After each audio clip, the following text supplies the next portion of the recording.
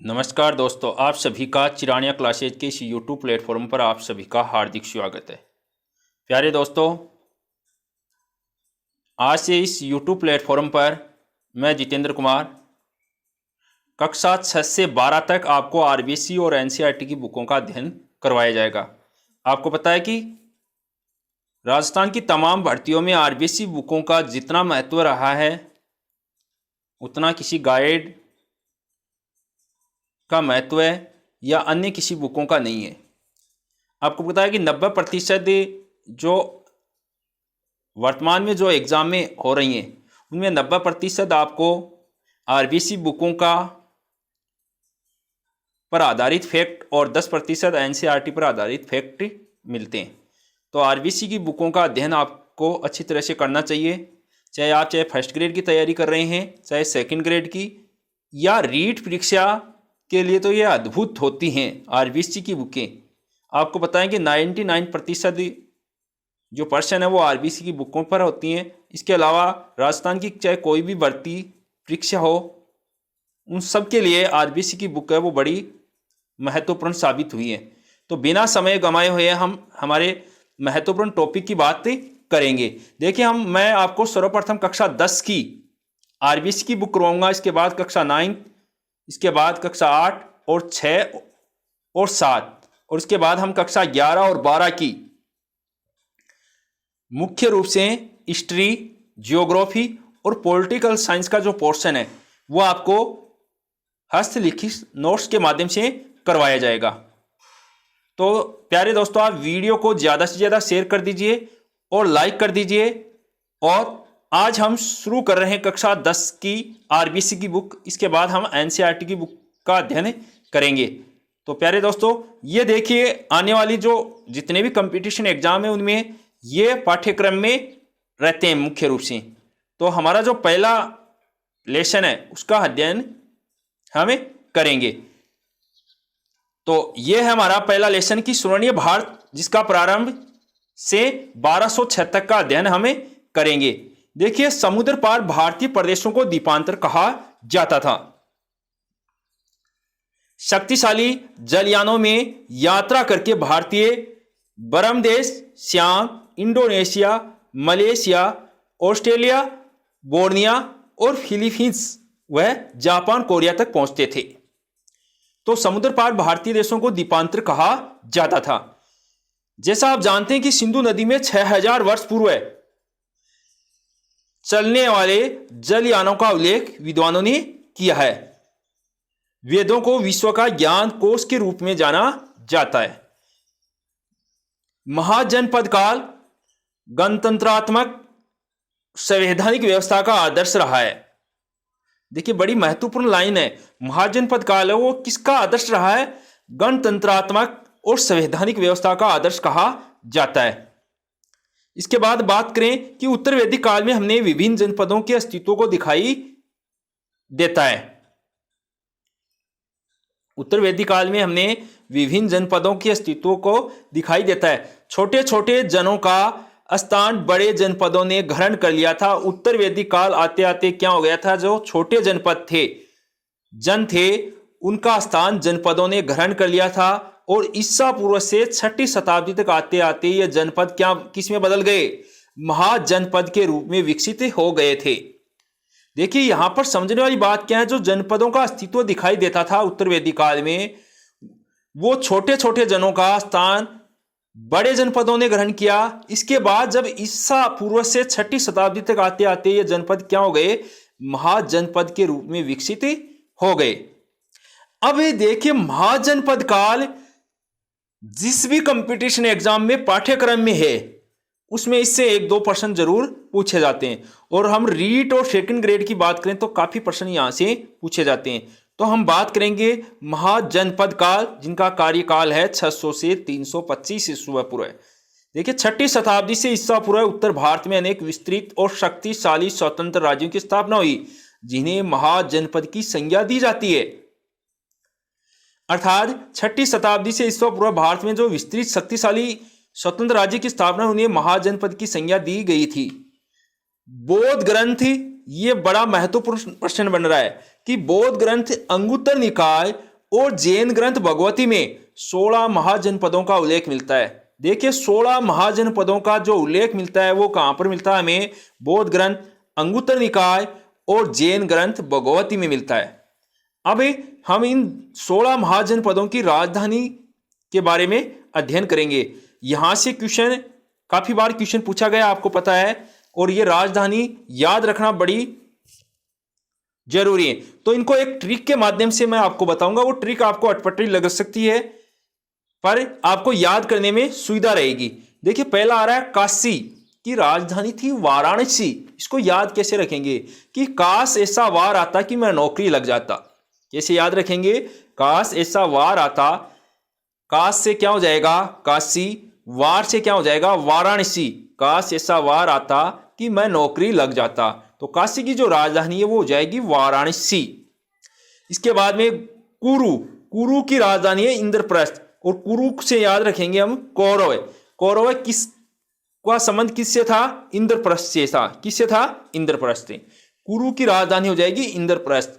इसके बाद बात करें अंग। अंग महाजनपद की जो राजधानी थी वो थी चंपा। इसको याद रखेंगे। अंग किसका? चंपा भाभी का। किसका अंग है? चंपा भाभी का। अंग किसका है? चंपा भाभी का। इसके बाद मगध की राजधानी थी राजगृह या गिरिवज्र। इसको याद रखेंगे। मगन है राज में। किसमें मगन है? राज में। तो मगध की जो राजधानी होगी वो होगी राजगृह या गिरिवज्र।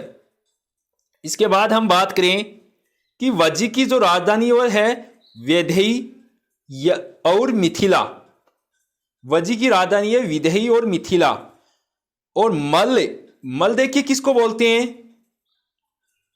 जो वजन उठा सकता है।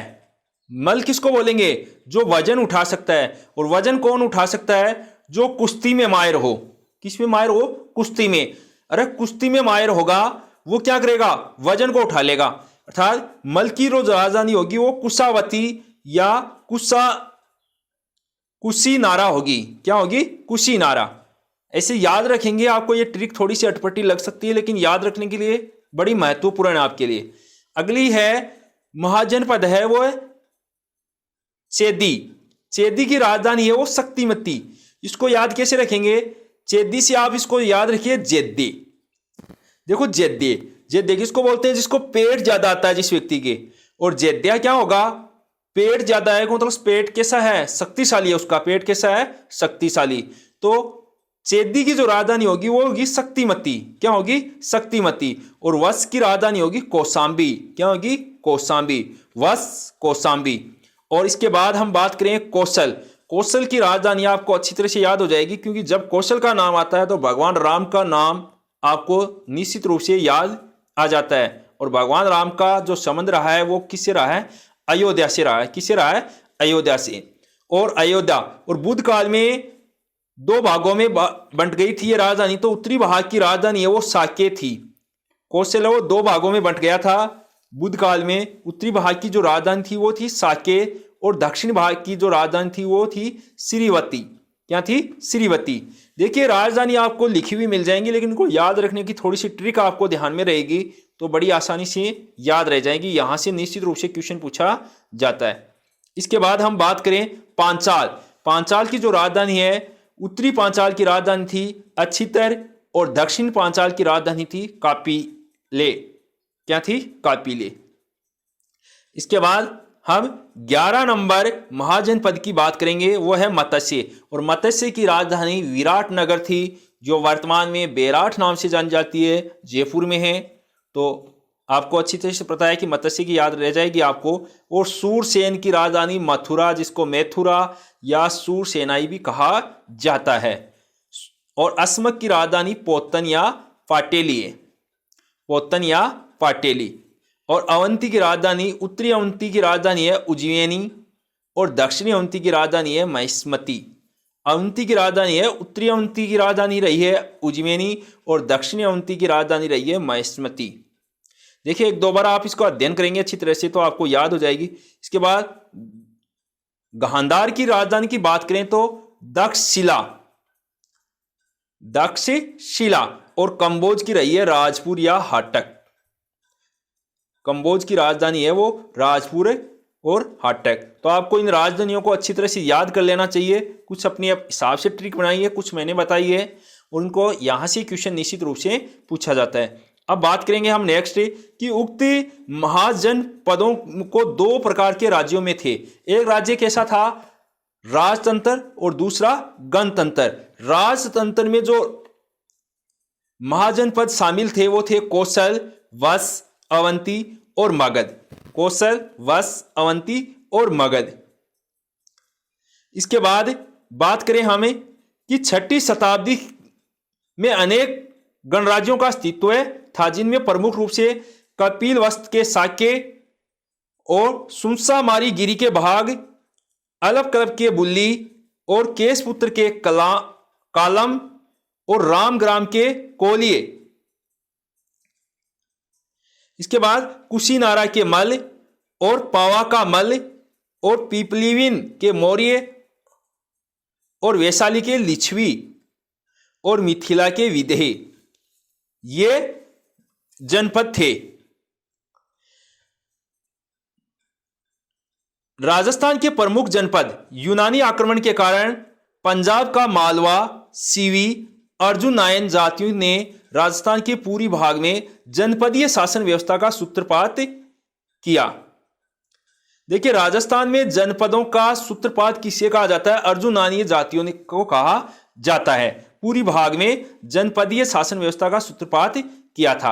अब राजस्थान के प्रमुख जनपदों का अध्ययन करेंगे। यहां से भी क्वेश्चन निश्चित रूप से एग्जामों में पूछा जाता है। पहले बात करेंगे जांगल। जांगल है वो बीकानेर और जोधपुर का जो भाग है उसको जांगल प्रदेश के नाम से जाना जाता था। महाभारत काल में इसको जांगल देश कहा गया। कहीं कहीं इसका नाम कुरु भी मिलता है। जांगला और मादरिया जांगला मिलता है। देखिए, जांगल प्रदेश से है वो बीकानेर और जोधपुर है। महाभारत में इसको जांगल देश कहा जाता है। कहीं कहीं इसका नाम कुरु, जांगला, मादरिया जांगला भी मिलता है। राजधानी कहां थी इसकी? अच्छितरपुर, जो वर्तमान में नागौर में। इसकी राजधानी कहां थी? अच्छितरपुर। जांगल देश के स्वामी होने के कारण वहां के राजा स्वयं को जांगलधर बादशाह कहते थे। क्या कहते थे? जांगलधर बादशाह। बीकानेर का राज्य चिन्ह पर जय जांगलधर बादशाह लिखा जाता है। जो बीकानेर है उसका राज चिन्ह है, उस पर लिखा जाता है जय जांगलधर बादशाह लिखा जाता है। तो यहां पर मुख्य रूप से जांगल प्रदेश की जो राजधानी अच्छितरपुर है और ये बीकानेर और जोधपुर, ये आपको ध्यान में रखना है। इसके बाद नेक्स्ट जो जनपद है हमारा वो है मत्स्य जनपद। मत्स्य जनपद वर्तमान में जयपुर के आसपास है। विस्तार चंबल के पास की पहाड़ियों से लेकर सरस्वती नदी के जंगल क्षेत्र तक था। अर्थात मत्स्य जनपद का जो विस्तार था वो जयपुर के आसपास चंबल के पास की पहाड़ियों से लेकर सरस्वती नदी के जंगल क्षेत्र तक था। आधुनिक अलवर, भरतपुर का कुछ भाग इसमें आता था। राजधानी कहां थी इसकी? मत्स्य की विराटनगर थी, जिसको वर्तमान में बेराट नाम से जाना जाता है।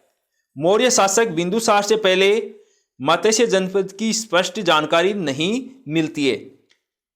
देखिए, बड़ी महत्वपूर्ण बात है कि मौर्य शासक बिंदुसार से पहले मत्स्य जनपद की स्पष्ट जानकारी नहीं मिलती थी। अर्थात इसकी स्पष्ट जानकारी है वो बिंदुसार से मिलना शुरू हुई। मत्स्य शुरुआत में ही चेदी राज्य का भाग और फिर मगध साम्राज्य का अंग मिल गया था। मत्स्य शुरुआत में चेदी राज्य का भाग था और बाद में है वो मगध साम्राज्य में मिल गया था। तो ये मत्स्य संघ की बात हुई। इसके बाद हम बात करें सूरसेन। आधुनिक ब्रज क्षेत्र में ये महाजनपद था।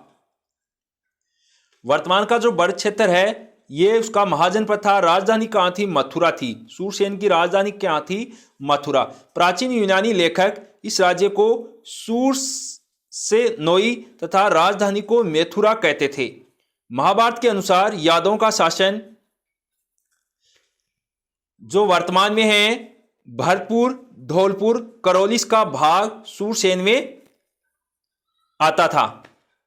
अलवर का पूरी भाग भी इसी का भाग माना जाता है, सूरसेन। तो मुख्य रूप से इस जिलों की बात करें तो अलवर का पूरी भाग, भरतपुर, धौलपुर और करौली का जो भाग है वो सूरसेन का क्षेत्र आता था और इसकी जो राजधानी थी वो थी मथुरा।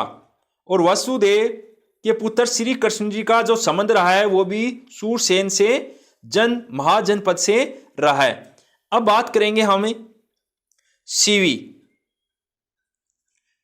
राजधानी थी शिवपुर। प्राचीन शिवपुर की पहचान वर्तमान पाकिस्तान के गोरकोट नामक स्थान से की जाती है। दक्षिण पंजाब की सीवी जाति राजस्थान के मेवाड़ में रहती थी। चित्तौड़ के पास स्थित नगरी इस जनपद की राजधानी थी। देखिए, सीवी की जो राजधानी बनी वो थी नगरी, और इस राजधानी को शिवपुर के नाम से भी जाना जाता था। बाद में इस चित्तौड़गढ़ के पास नगरी इस जनपद की राजधानी थी। मंदसौर अर्थात मध्य प्रदेश के पास 5 गुहा लेख प्राप्त हुए जिन्हें सीवी जनपद का प्रसार पश्चिम से लेकर दक्षिण पूर्व तक होना बताया गया है।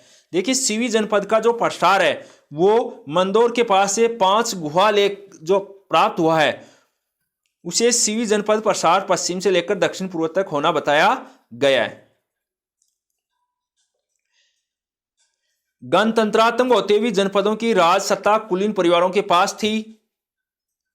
इस परिवारों ने प्रतिनिधि संतागार सभा के प्रमुख थे।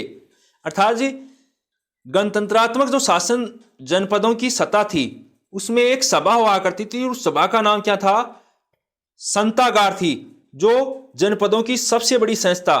तो यहां पर जो प्रश्न बन रहा है वो बन रहा है कि जनपदों की सबसे बड़ी संस्था थी संतागार, और संतागार के जो सदस्य निर्धारित विषयों पर अपने विचार व्यक्त कर सकते थे, अर्थात अन्वय विरोध कर सकते थे, अपना मत रख सकते थे।